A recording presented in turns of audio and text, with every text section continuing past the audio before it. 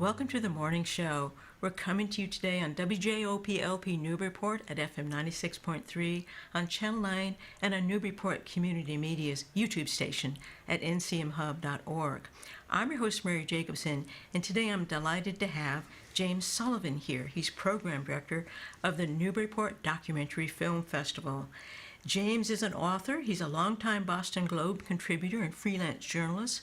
He was also, from 1995 to 2004, a pop music and cultural critic for the San Francisco Chronicle. He's been an editor for Rolling Stone and a consultant for Pandora and Sirius XM. He also teaches in the journalism department at Emerson College. He's also an author of several really interesting sounding books on everything from protest songs, George Carlin, James Brown, to the history of jeans. In his spare time, which I seriously doubt he has very much of, he's the program director and events moderator for the Newburyport Documentary Film Festival coming up this year from September 15th to the 17th in venues around the city. So, James, welcome, and thank you so much for taking time to visit the show. Thanks for having me, Mary. I'm glad to be here. It's a pleasure to have you, and it looks like it's going to be a very exciting film festival. And congrats also on the return of the festival to in-person viewing fully this year. Yeah. How many years, James, has the festival been running, and how long have you been the program director? This will be our 19th year, Wow. So we're sort of gearing up for a big 20th anniversary next year. Yeah. So we'll see what that has in store. I began volunteering probably about 15 years ago and sort of eventually eased my way into the program director's role. We've had dozens of fantastic volunteers from the local community over the years, some of whom have been there longer than I have, some of whom, spend a few years and then move on to other volunteering or nonprofits or whatever. But I really love the festival and love documentary film, and it's it's an extension of what I do as a journalist. Mm-hmm. So it's a real pleasure to help select the films that we're going to show every year, both at our festival in September and also through the course of the year. We do a few sort of standalone one-off films at both the firehouse and the screening room throughout the year. So yeah, it's been a pleasure. I've probably been the program director for 10 or 12 years. Well, it sounds like it's a perfect fit for you with your background in journalism. Just before we started the show, we were talking a little bit about how many wonderful documentary films are out there, yeah. And I'm sure it's hard to choose them, among them, rather. But, James, I did want to ask you a little bit about, what is it that you particularly love about the documentary format? And what's there a documentary that first got you hooked on the format? Oh, I don't know if there would be a single one. I'll think about that and get back to you about that. But there's been many over the years that have hooked me. We had a guy on, I do a monthly YouTube interview series with filmmakers called The Watch Club, which we've been doing since the pandemic. When we couldn't go into the movie theater, we decided to do something virtually like everybody else. And what we came up with was, there are so many great documentary films coming out now. I mean, it seems like every week, I write about a number of them for the Globe. It seems like every week there's another fantastic documentary or docu-series coming out on all of the streaming platforms, Hulu and Netflix and, Prime and,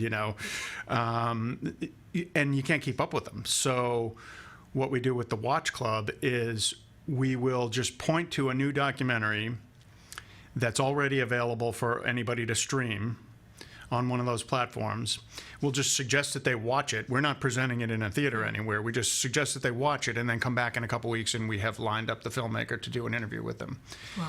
So last, I think, December, we had the author of a book about the greatest documentaries of all time. We kind of took a left turn, and instead of having a filmmaker, we had the author of the, sort of, here are 100 of the greatest documentary films of all time come on. And I kind of took them. I love lists, and I took a mental list and probably seen 3/4 of them. Okay.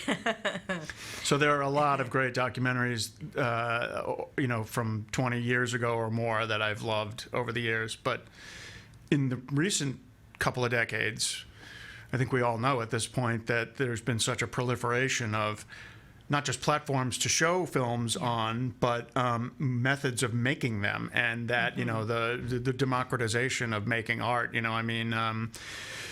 it used to be that you needed, very heavy cameras Yes. and multiple cameras and a crew of folks to help you with lights and sound and all of that. And now you can essentially make a documentary on your iPhone if you choose to. Yes. Yeah. People, still do it the old way with lots of cameras and great editing and all of that. But anybody can jump in and say, I think I'm going to try making a film. Mm-hmm. And because the numbers are so high, the quality is, not everything is fantastic, but we try to cull from the what's available, and we try to show the best things we can find year in and year out. And we're really pretty proud of the lineup that we put together this year. It's pretty exciting. It does look very exciting, and I'd seen on your website the Watch Club, which is such a great idea, and I watched The Deepest Breath. Oh, great! Yeah, which was the most recent one. And one of the things that's great about documentary is they introduce you to worlds I had no idea there was such a thing as free diving. Right. Hello, 4 minutes in one breath. Oh my gosh! Right. All right, so it's fascinating. So anyway, and it does look like a. I think in my email to you, I don't know if I wrote it, but I was thinking, wow, what an exciting lineup. Let's talk a little bit about the lineup then, James.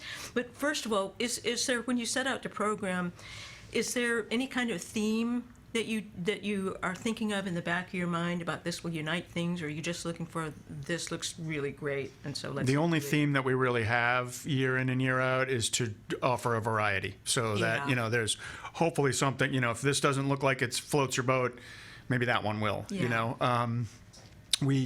This year we have sort of a couple of mysteries, real life mysteries, strange occurrences, which is always fascinating to see when a documentary filmmaker decides to film something and then the story unfolds in front of his or her camera. Yeah. Those are amazing. We always have some political films about, currently hot topics in the news.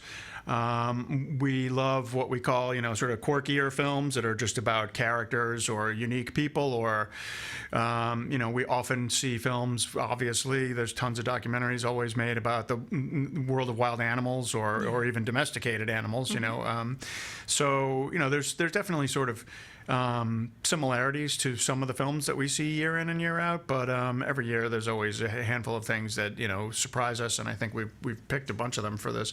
We get submissions through the early part of the year from filmmakers, and we're happy to say that being a smallish regional documentary film festival, we've been established enough over 19 years now, which is really in itself remarkable, I think, that filmmakers recognize us as a place that they might like to show their film. And so there's a platform now that the industry, most of the industry, film festival industry, uses called Film Freeway, which is just the way that they submit their films. That they find your festival.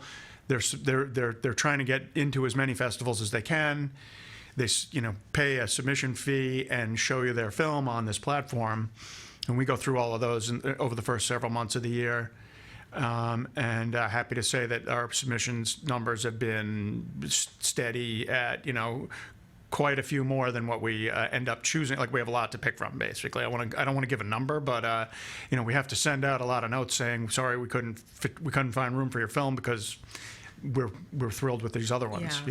That doesn't mean that the other ones are not good. It just means that these other ones rose to the top. You have only so many that you can show in a weekend. But that does suggest that the reputation of the Newburyport Documentary Film Festival is out there among the filmmakers, and they're eager to get in.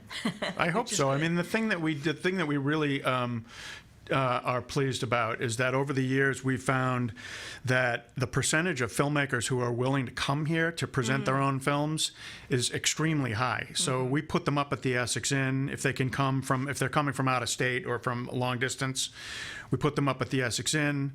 We call ourselves the Filmmakers Film Festival. It's a small-ish festival. It's not overwhelming. There's not thousands of people here or hundreds of filmmakers.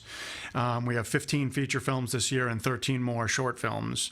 So it's very manageable. We bring the filmmakers who come together as often as we can throughout the weekend. We go to dinner with them and have them come to each other's films. And by the end of the weekend, the ones who have come, and again, it's a high percentage. I mean, this year I think we have I believe of the feature films, I think we have 13 of the 15 filmmakers coming here in that's person. impressive. Yeah.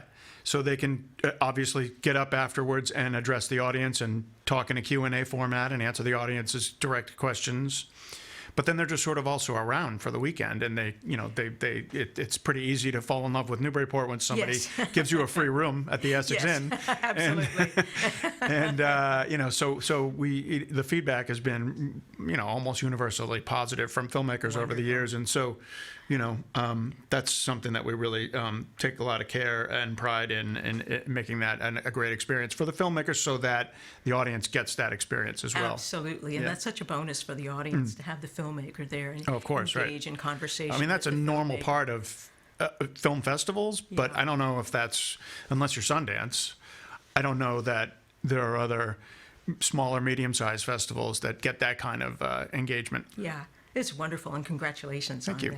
that. It doesn't happen by accident. Thank you. Well, let's talk about some of the highlights. Sure. What are some of the films that you're most excited to share with the community, James? Well, I mean, again, I'm biased because I'm the program director. You're allowed. I helped, I helped, I put the final stamp. I mean, we have a team of folks who look at the films together and kind of have ongoing discussions about which ones we liked, and we tend to, we debate like anybody else would. Well, I like this about it, and I wasn't sure about this. But we end up coming to a consensus, and as the program director, I get to give the final say. So I'm pretty biased. But I mentioned mysteries earlier. So I'll mention a couple of films off the top of my head. There's one called The Gulspong Miracle, which is one of those mysteries. It's two older women in a Scandinavian country who decide that they want to go to Sweden and buy an apartment. And they go to look at an apartment, and the woman who's showing the apartment turns out to be, I was going to say a dead ringer, but that's a weird term, because she turns out to be the spitting image of one of the women who's visiting, her sister who's been deceased for 20 years or so. Oh, my. And the whole thing, and so they're amazed. They're totally convinced that it's the sister. And kind of the whole thing unfolds from there. And when I said earlier that it's amazing sometimes when you see a documentary filmmaker start to film a story, they don't know where it's going to end. Obviously, Yeah. it's real life. Yeah. And this one is a fantastic example of that. Like, oh, there seems to be something here. I heard this story from whoever, and a friend of a friend or whatever, and figured I'd see if the people involved would be willing to talk to me, and I started filming them, and then one thing leads to another, and there's just all these twists and turns in this film, and it's really pretty incredible. That does sound incredible, because when you describe it, it sounds like the setup for a fictional film. Exactly. It's real life. But it's real life, exactly. On our opening night, we have 32 Sounds, which is made by a pretty well-known documentary filmmaker who I guess you'd call kind of an immersive documentary film. It's like he makes very specific types of films about sensations and world experiences. So 32 Sounds is literally about the sense of sound, of hearing, and experiencing the world through your sense of hearing. And as the title implies, it's kind of a nod to Glenn Gould, 32. But what he does, Sam Green, the filmmaker, in this film is just kind of takes you through rounds of different types of sounds and just kind of talks you through the process of what it means to hear something. And there's a lot of space between the sounds in the film, and there's a lot of room for contemplation, and it's quirky, and there's some humor in it, and it's just a really sort of delightful film about the experience of hearing and like sort of attuning yourself to hearing. So that's a really cool one. And then on Saturday night we have another film about sound in a much different way. It's called The Immediate Family. And this is by a filmmaker, Denny Tedesco, who previously made a film called The Wrecking Crew, which was about his dad, who was a guitarist in studio sessions in the 60s in L.A., and his father's group of friends, who were all these well-known studio musicians who basically played on every pop hit you can think of in the 60s, from the 60s. Whenever a record company called in a needed studio musicians to help cut a record, which is more often than you think. These guys would do it, and they call themselves the Wrecking Crew. So the filmmaker, Denny Tedesco, made a film several years ago about his dad, his late dad, and his group of musician friends. The Immediate Family, the one that we're showing now, is his follow-up, which is about another group of studio musicians from the 70s and 80s, and they're still around today. They call themselves the Immediate Family, and they're also well-known studio musicians who have played with basically anybody you can name from the 70s and 80s. Yeah. They were on all the James Taylor records and the Carole King records, but a much Steely Dan, a much wider variety of records than that. And it's about those guys and their lifelong bond over the music. And they all sort of, go their separate ways and work on different sessions, but then sometimes they come back together and work all together on a session. And so that's a really fun film for anyone who for whom that era of music is in your wheelhouse. Absolutely. You're going to love this music, and this film. It's a lot of fun. And it's insight into the background, people, and culture that helped to create, I'm sure, some of the music that we're more familiar with because of the lead singers. Right. But of course, it takes the background musicians, the studio musicians as well, to create it. This sounds really interesting. Right. So I think maybe I'll wrap up briefly by mentioning it. It's not that we're looking for music films this year, but we found 3 really good ones.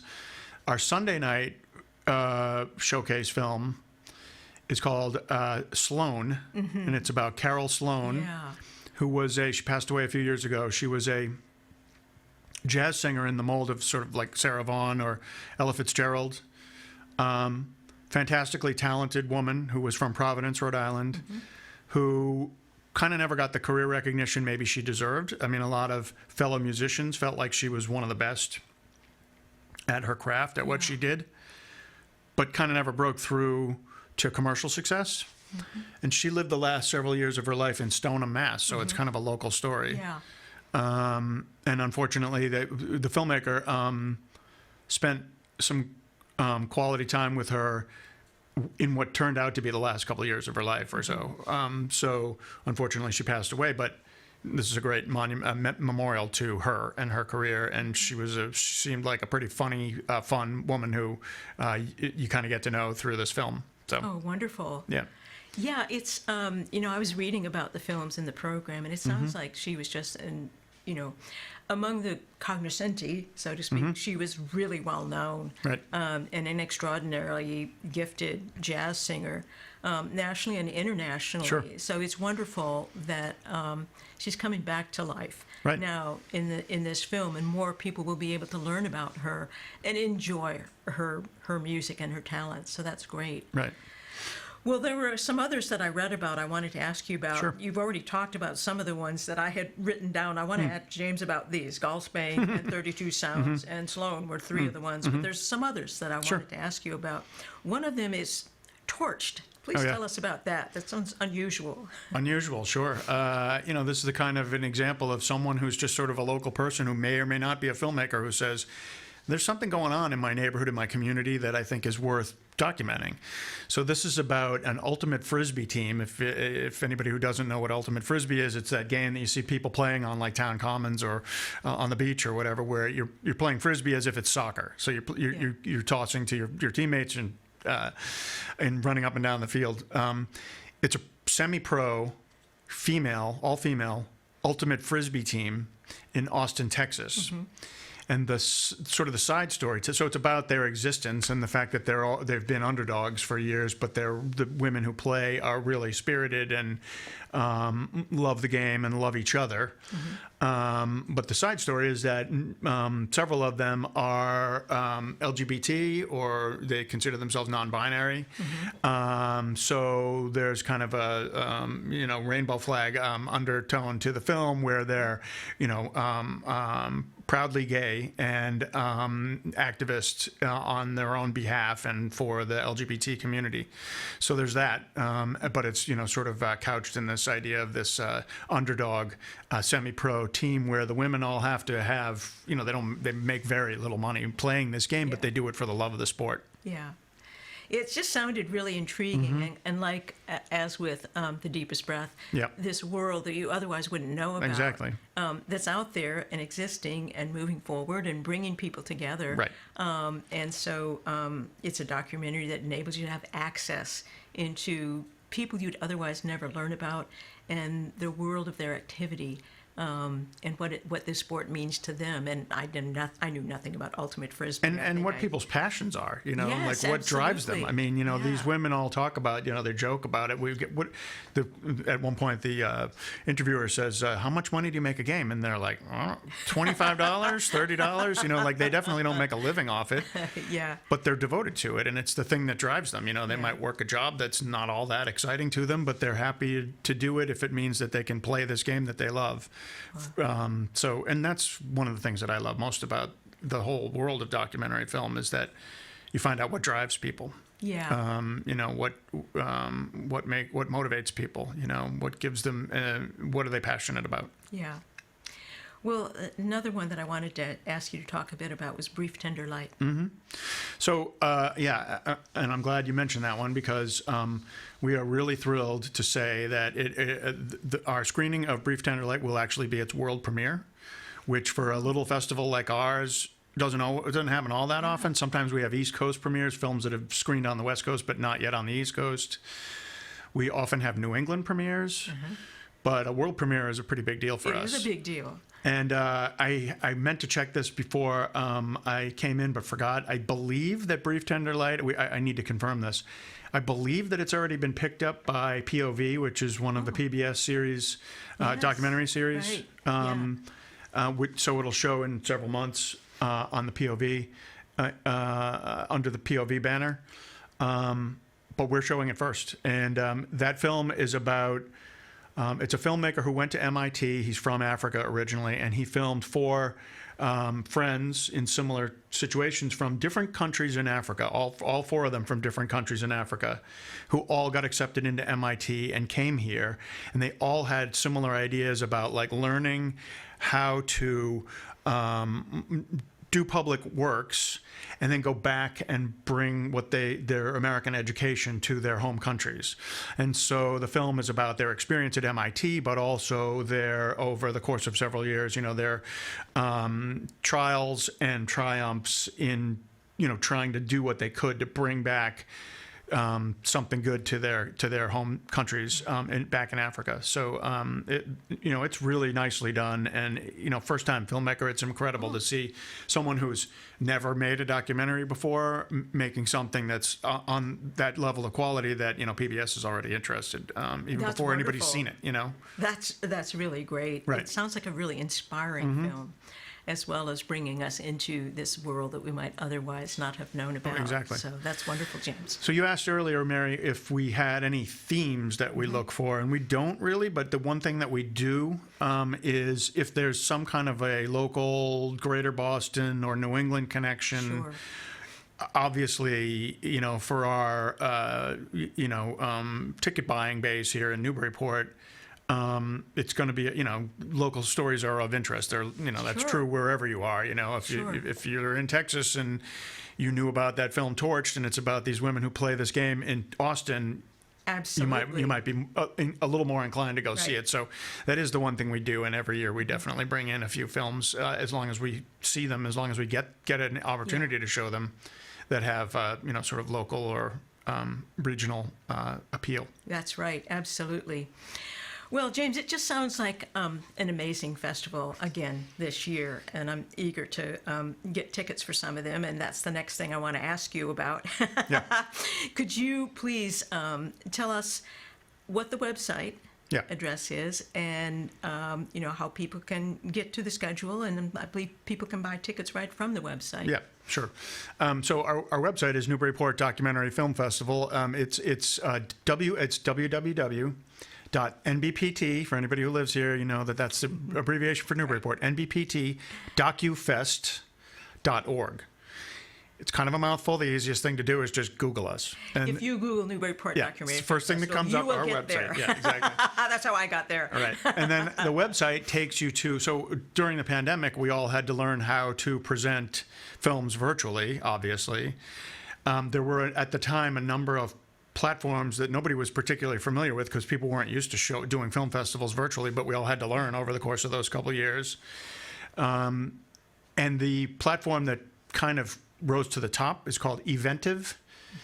And so when you go to our website, you'll see the film guide, which looks like all the film posters, and all you do is click on each one. If it looks interesting to you, it gives you a synopsis, takes you to the ticketing page, and that all is powered by Eventive, which is its own platform that we and many, many other film festivals at this point are using. But all of that is just on our website. So really all you have to do is just click around, look at the films, and read the synopsis of the film. And if you sounds good, it'll take you to the ticketing. Yeah. That's right. And the venues are really all around the city.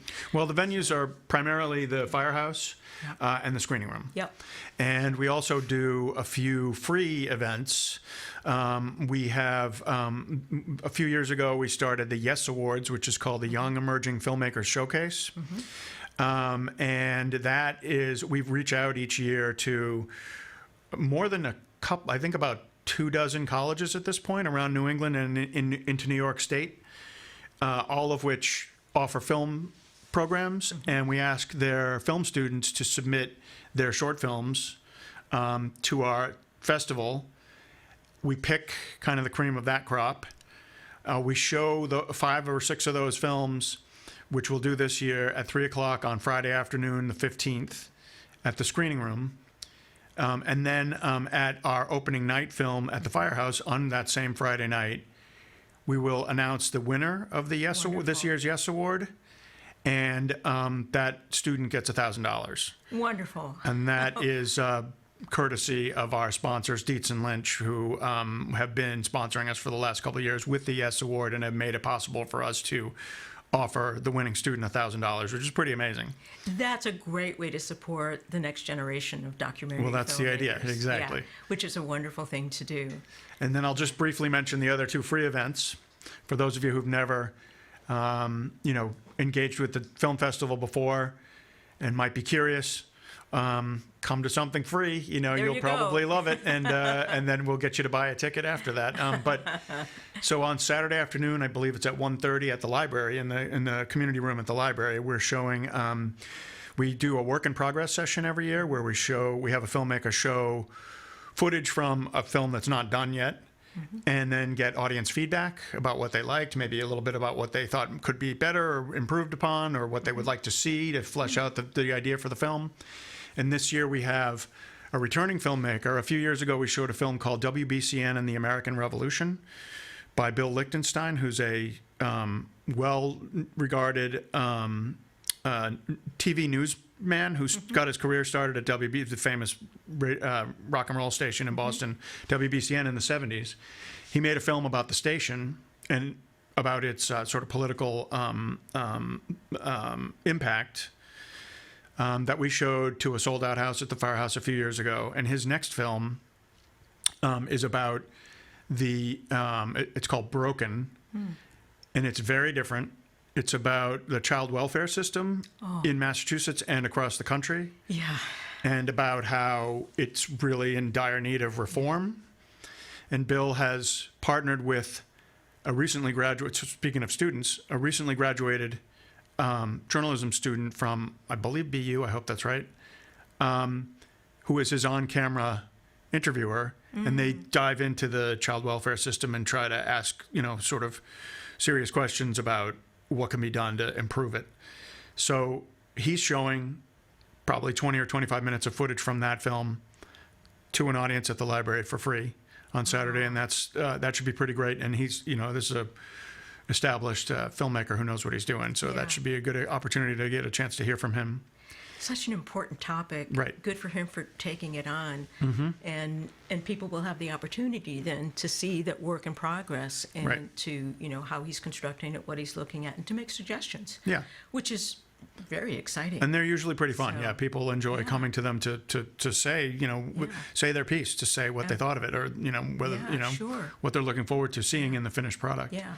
And I'll just quickly mention the last free event, which is we bring the filmmakers for all the filmmakers, as I mentioned, who are in town, get them all together on Saturday afternoon, late afternoon, at the Port Tavern for a drink and a chat. So we call it the Filmmakers Roundtable, and we do a sort of roundtable discussion with them, and the public is welcome to come and hear what they have to say and ask them questions if they want to. But it's really just a sort of getting to know you session for the filmmakers, and they end up talking about similar issues that they faced, how to raise money to make their films, how to find an audience for their films, how to get access to the people that they want to interview. They all have the same questions year in and year out, and it's really great to hear from them and have them get to know each other in this open-ended conversation. So definitely welcome and encourage people to come to see that too, grab a drink with us and hear from the filmmakers all together. Anybody who loves movie talk is Right. going to love that, and any aspiring filmmakers Yeah. are going to find it incredibly helpful. No question. So Right. that sounds great, James. It sounds like a wonderful festival. Thank you. Again, coming up the 15th to the 17th of September. And also anybody who's interested in learning more about James and his amazing and interesting sounding assortment of books, you have your own website too. Yeah. JamesSullivanAuthor.com, and you'll learn more about all the different books that James himself has written. So, James, I can't thank you enough. It sounds like such an exciting festival again this Thank you. year, and I look forward to it. Thanks. I Thanks appreciate for having you me, Mary. taking the time to come to the morning show and talk about it. It's My really pleasure. Wonderful. And I must say also that your knowledge and your passion are also contagious. I have to think that you're the best walking, talking ad for the Newburyport Literary Festival that I can possibly imagine. I hope that's true. So thank you for that. And you make all the films come alive. So great. well done. Thank you. Thanks again. That's it for today's morning show, everybody. Please join us again next Thursday at 9, and we'll see you then. Till then, watch a documentary. You'll like it. Bye, James. Thank you. Thank you.